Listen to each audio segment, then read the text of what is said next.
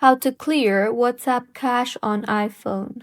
Hello everyone, I am Bishaka and welcome to our channel. Now let's get right into the tutorial. Firstly, go ahead and open the WhatsApp application on your device.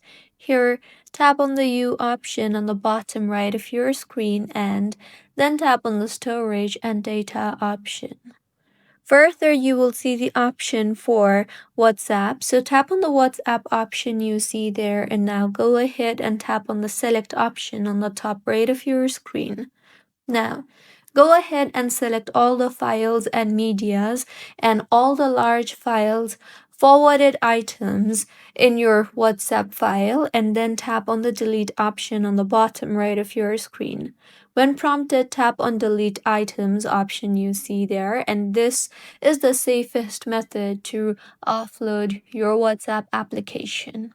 The next way is launch the settings application on your device. Here, tap on general and then on iPhone storage.